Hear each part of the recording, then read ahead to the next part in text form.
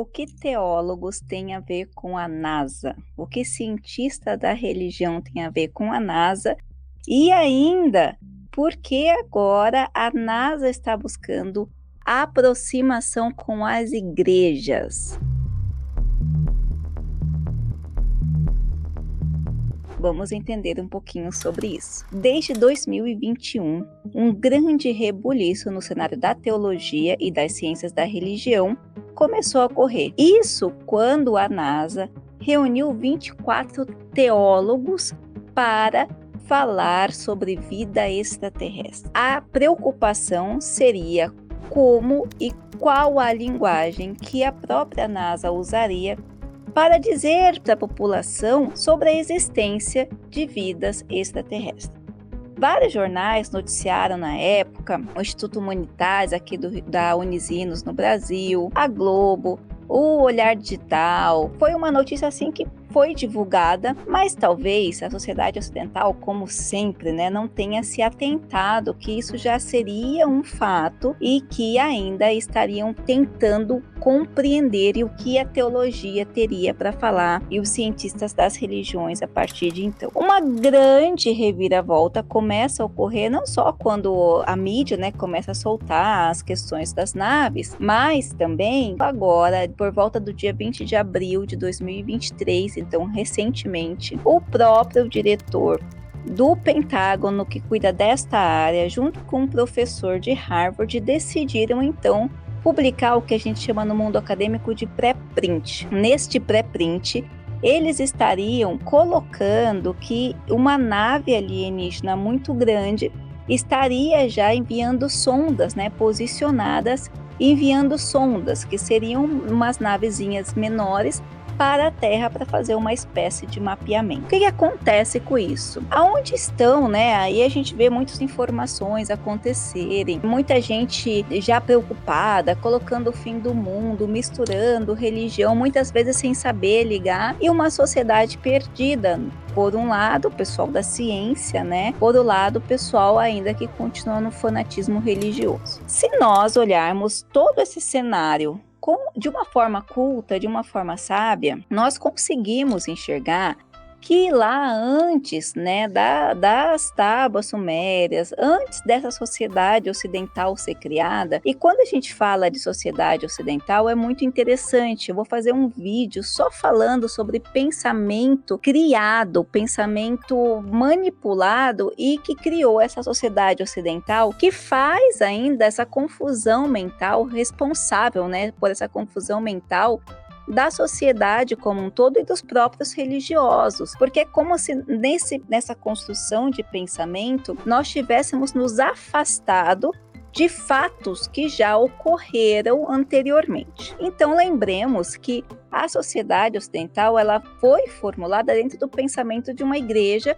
que não gostaria, qualquer coisa que tivesse um conhecimento muito maior do universo deveria ser rechaçado. Por que agora, então, se retoma essa busca desse pensamento? Porque a sociedade construiu uma linha de pensamento. Então, nossa sociedade ocidental, questão de Deus, de céu, de inferno, de religião. Então, nós tivemos pontos aqui nessa construção que determinaram toda a política, toda a cultura, toda a forma de compreender. E hoje a gente ainda tem muitos grupos religiosos, principalmente os cristãos, que é a sociedade ocidental em sua grande maioria, que atacam qualquer coisa que eles acreditam que não sejam o correto. O que seria, a gente vai mostrar aqui uma questão de ignorância, no sentido de que nós já tínhamos sociedades antigas, sumérios, os arcádios, os caldeus, o Egito, até hoje se explora muito o Egito, a própria cabala judaica que falava desse contato de terrestres com civilizações extraterrestres. E a gente não está falando de canais que queiram ganhar seguidores, nada disso. A gente está falando de livros históricos. Se você olhar, não aqueles que preenchem o vazio do texto, que é uma crítica que a gente faz, Às vezes, eu acho que essa foi uma estratégia também usada pela igreja de tirar essa informação ou colocar como mito, como historinha ou colocar um preenchimento. Mas se você olhar, por exemplo, o livro do George Smith, que foi um linguista que traduziu as tábuas sumérias encontradas, ele já trazia nas traduções, sem preencher o vazio do texto, esse contato. Só que a gente tem que pensar que na formação, né, da sociedade ocidental, esse conhecimento ele foi desvelado, ele foi remodelado, ele foi ocultado. E só no final de 1900, né, de 1800, na verdade, começo de 1900, é que a gente começa a ter acesso a esses livros antigos, tá? Essas tábuas antigas, esses escritos antigos, falando sobre esse contato ser humano e civilizações de outros planetas. E aí nós tivemos o quê? Burbúrios, né?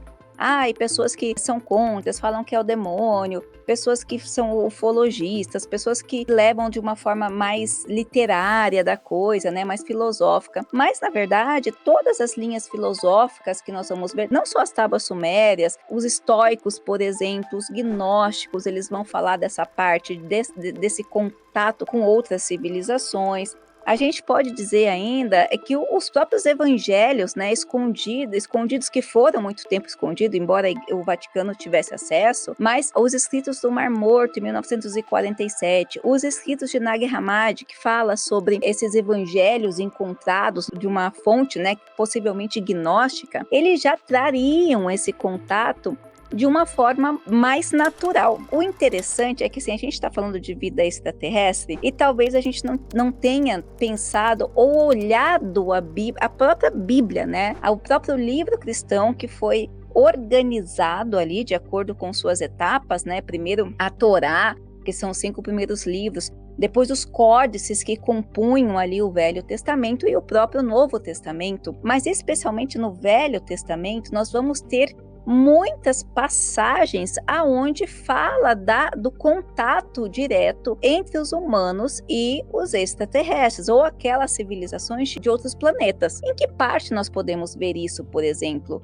Nós podemos ver isso muito naturalmente quando seres que são chamados de anjos, né, vêm visitar Abraão. Vamos combinar que não é normal ninguém estar sentado na varanda de casa e de repente ele avista 2 anjos, né? Não é assim que funciona. A própria palavra anjo, para quem vai estudar angiologia depois, vê que existiu uma materialização de 2 seres que vieram conversar diretamente com Abraão e Sara, né? E depois dali eles se dirigiram, né, da conversa com Abraão para outra cidade, onde eles tinham como objetivo entender como estava aquela sociedade para que houvesse uma destruição da cidade baseado na iniquidade da cidade que é Sodoma e Gomorra. Então, várias passagens da própria Bíblia cristã a gente vai ver essa atuação de seres de outros planetas, seres que não atuam nesse planeta, especialmente anjos, né, bastante,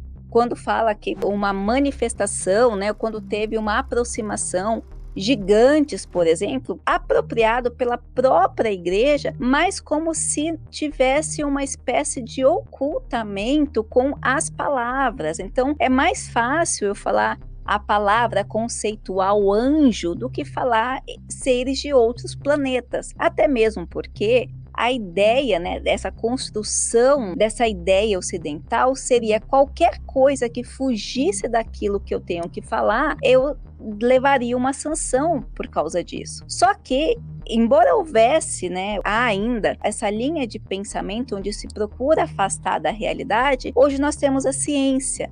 Então, hoje, a ciência já comprovou a existência de vida extraterrestre. Nós temos agora esses fenômenos que estão cada vez mais evidentes. Na verdade, não é que estiveram não evidentes, é que o jeito que foi passado para a sociedade traz um distanciamento, né? É como se fosse uma ridicularização daquele será, ou a não afirmativa do pode ser, e aí eu afasto da realidade. E agora, quando eles buscam, né, essa aproximação com teólogos, com cientistas, é justamente como falar que isso é real e que a gente tem que pensar por esse aspecto. São coisas que nós temos que pensar e nós vamos tratar aqui com vocês algumas aproximações para que ninguém que visite esse canal se inscreva passe a esse momento de ignorância. Afinal de contas, quem não garante que todos aqueles fenômenos bíblicos que nós, da sociedade cristã, dizemos acreditar, será que realmente acreditamos? Bom, vamos pensar sobre isso. Um grande abraço e até a próxima!